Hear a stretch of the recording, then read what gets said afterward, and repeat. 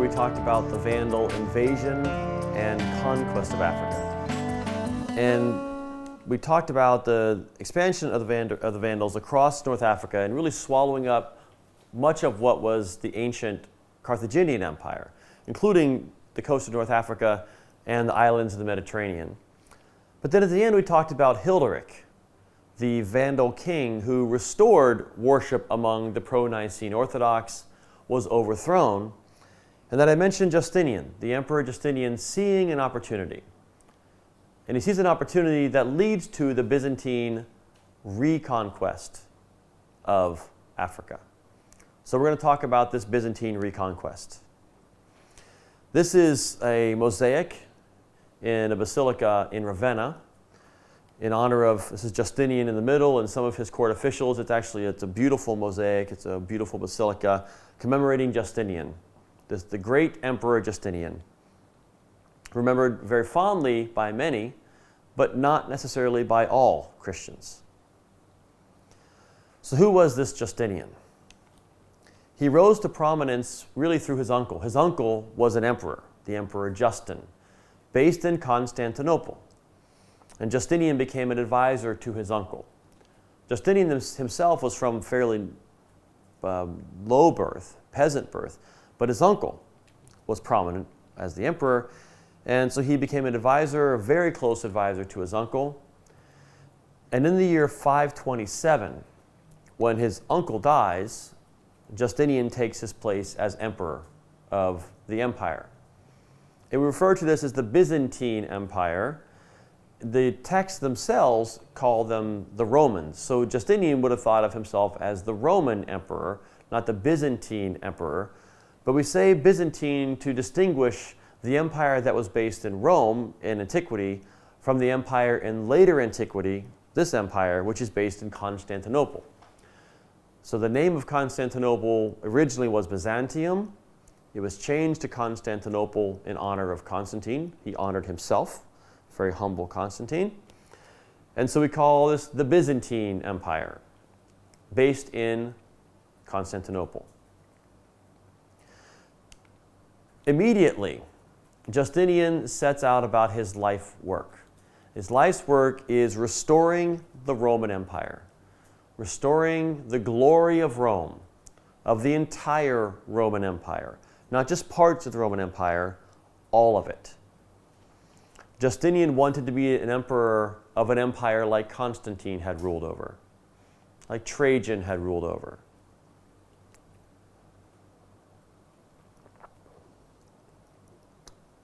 It won't surprise us to learn that not everyone wanted Justinian to take over and rule their lands, lands which in some cases had long since fallen out of the hands of the Romans or the Byzantines.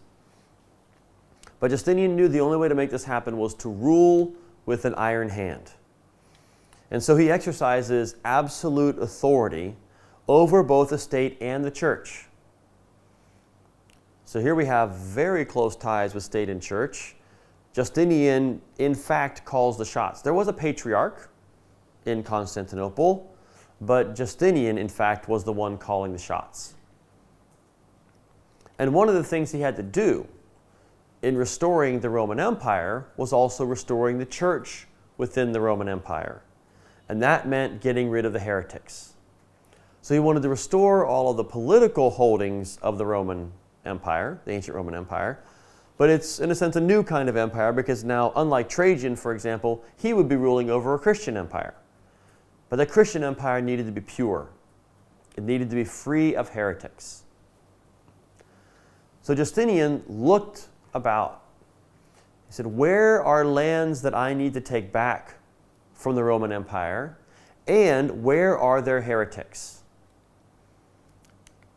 And he looked across the water, and he saw Africa, a land that had once been central, had once been the breadbasket of Rome itself, the place that provided bread that fed the Romans, the place that provided the bread to feed his ancestors. And it was ruled by heretics. Justinian sets his eyes on Africa because in 530, Hilderic had been deposed. So he looks at the Vandal. He knows that the Vandal kingdom is weakened. There's been some internal dissent. They're weak. They're heretics. They're now outside the Roman Empire. So he launches a military campaign to take it back. And in 533, Justinian sends a general named Belisarius. Belisarius is sent to reconquer Africa, to restore it to the empire, and to eliminate the heretics. We refer to this as the Vandalic War. The war with the Vandals waged by the Byzantine Empire, especially by Justinian. Justinian was a very powerful emperor. He had the ability, he had the money, he had the resources, he had the support to do this. So Belisarius launches a campaign. He works his way down towards Sicily, launches across the water toward North Africa. He seems to surprise the Vandals. The Vandals don't seem to know he's coming. For some reason, they're not expecting it. Now, the Vandals had been busy with some other things. There had been some uprisings in the western part of their kingdom, and some historians say maybe Justinian had been softening up the Vandals. Maybe Justinian had been paying some people to go and cause these revolutions, these riots, to distract the Vandals so that he could sneak in when they weren't looking. Well, apparently they weren't looking. So in September of 533, the Byzantine army, under the leadership of Belisarius, wins a major battle near Carthage. And they retake the city of Carthage. Carthage that had fallen about 100 years earlier to the Vandals, restored to the empire in 533. There's a lot more land to be taken. In December of that same year, the Byzantines win another major battle. So the Vandals lose Carthage. They retreat, but then they withdraw. They retreat, withdraw, they regather their forces. The Vandal king calls upon some allies. They gather together. They feel now that they have a united, stronger force. They're going to attack the Romans, push the Romans back out of Carthage, and hopefully push the Romans back out of Africa altogether. And by Romans, I keep saying Romans for Byzantines. In the text, they call themselves Romans. The Vandals want them out. But they launch the counterattack against the Byzantine army, and they lose. The Byzantine army beats them again. In March of 534, so the next spring, Belisarius takes the city of Hippo. So what's important about taking the city of Hippo? Yes, it's the city where Augustine had been bishop. But that's not really of primary importance here. What's of primary importance is that Hippo, we may remember from a previous lesson, was the capital of the Vandal kingdom in Africa. This is the Vandal capital, Hippo. And because the capital's there, the treasury is there. And so Belisarius, in conquering Hippo, gets his hands on the treasure of the Vandal Empire, of the Vandal kingdom. So now they've lost Carthage, and he's basically cut off their main financial revenue. He's cut them off from the treasury. That spring, the Vandal king, who is at this point is named Gelimer, surrenders. He surrenders to Belisarius, surrenders to the Byzantine army, and the Vandal kingdom in North Africa, at least, effectively comes to an end in 534. So how weak was the Vandal kingdom? It's weak enough that within a year, the Byzantine army has taken it all back. As you might imagine, Justinian is very happy with this result. So here we see on the map, this is the passage of Belisarius, who begins up here in Constantinople, works his way down across to Sicily, uses Sicily as kind of a mustering station to gather his troops together, launches from there lands in Africa, makes a move north both by land and sea to take Carthage, eventually moves west, and then takes the capital at Hippo, where he gets the treasury. And he does all this in less than a year. So very efficient. Justinian was excited with the result and very pleased with himself. And we have evidence of how he felt about himself and his accomplishment in the Codex Justinianus, a legal code that talks about Justinian and his reign. And Justinian certainly thought that he had done something tremendous, but he was a Christian. So in his mind, nothing wonderful happened unless God was involved. So here is Justinian's, well, here's a description on behalf of Justinian of this conquest of Africa. Our predecessors did not deserve this favor of God, for not only were they not permitted to liberate Africa, so emperors before him who would have liked to liberate Africa, they weren't able to. Not only that, but they even saw Rome itself captured by the Vandals. The Vandals had sacked Rome in 455. So Justinian says, or the person writing on behalf of Justinian says, not only couldn't they kick the Vandals out of Africa, they couldn't keep the Vandals out of Rome itself. So these Vandals captured Rome, and they saw all the imperial insignia taken from there to Africa.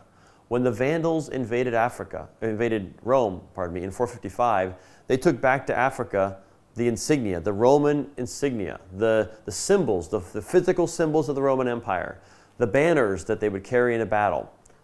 The Vandals took them home as spoils of war.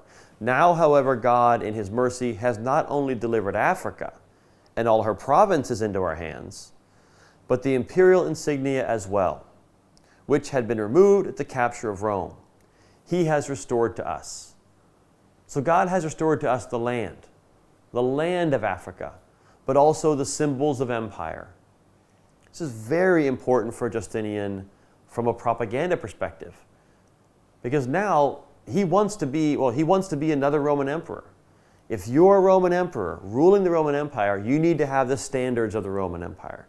You need to have the symbols of empire, the long staff upon which you have the imperial eagle of the Roman Empire, and other symbols of the different legions. Those are the signs of empire. He has now claimed those signs back from the Vandals. This is a coin minted in the time of Justinian, which he calls himself here, here's his name, Justinian. Front and back, which commemorates the conquest of Africa. So here you have Justinian on a horse with a spear.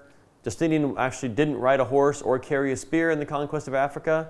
He sat home drinking wine, probably. But here he is, the great conquering hero who retakes Africa for the empire. When he retakes it, Belisarius imposes certain restrictions. The Vandals are barred from owning property or holding public office.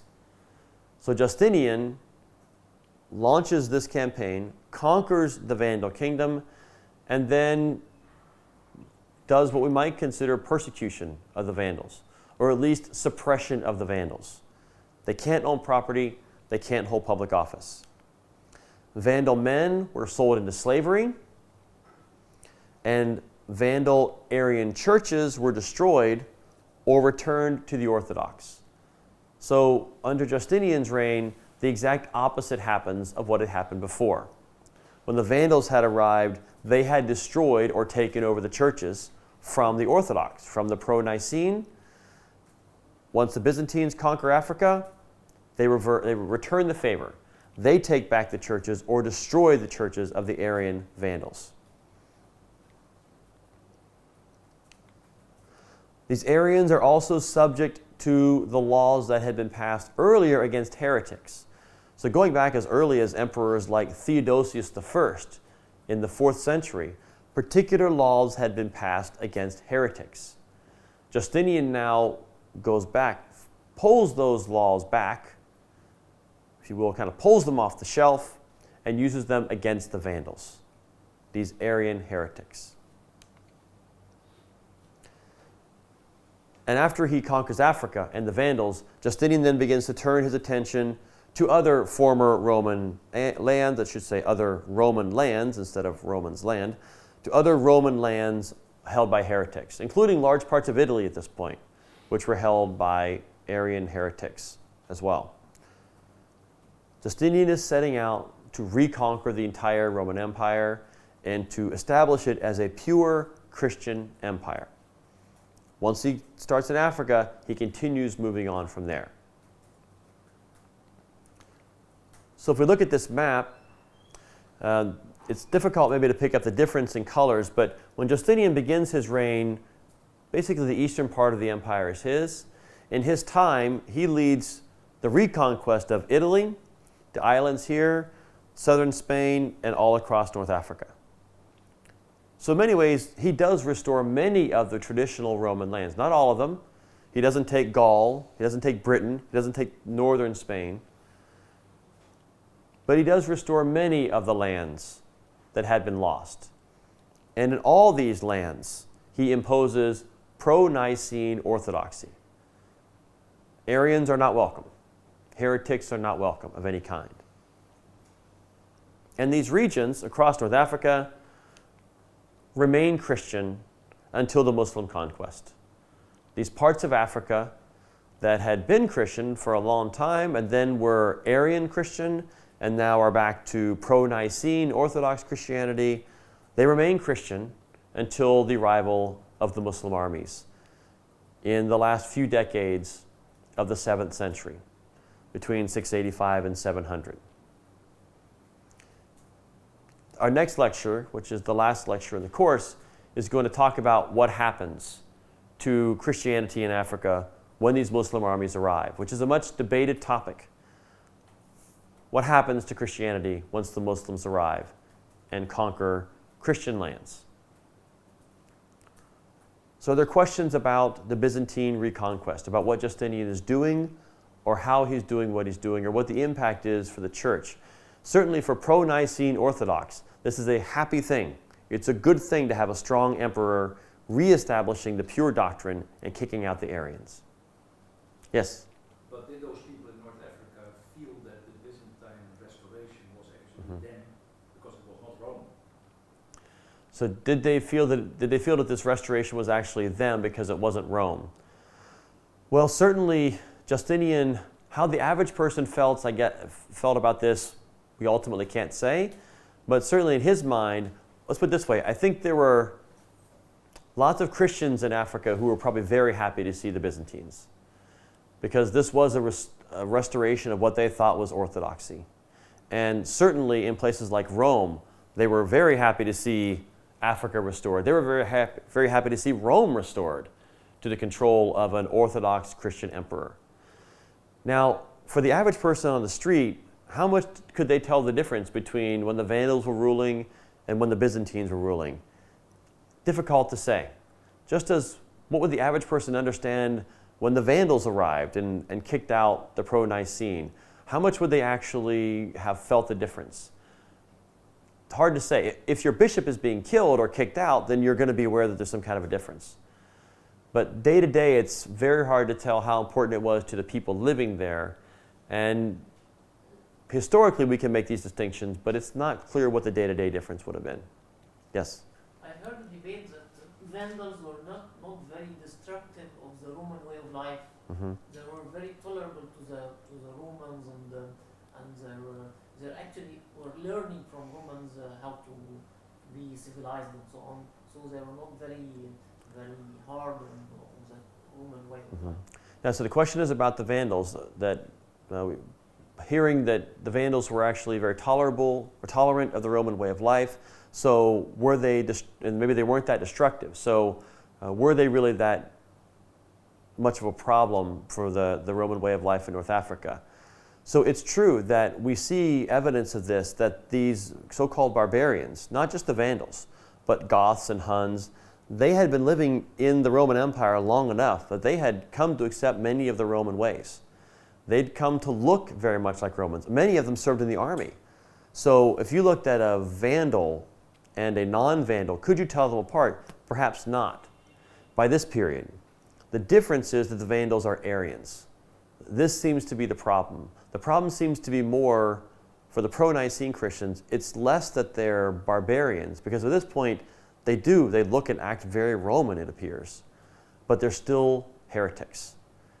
And because they're heretics, so why do the Vandals come in and destroy churches? It's not because they're barbarians in the sense that, we imagine like wild men running out of the woods or something naked. That's not what they were like. There were tribes like that, but these were not those tribes by this period. They would have looked a lot like a Roman army. They would have moved like a Roman army because many of them had been trained in the Roman army. But this theological distinction of Arianism is what causes the Vandals to do a lot of what they do to the pro-Nicene. And that's, Justinian wants this land back for the Roman Empire, but he also wants it back from Arianism.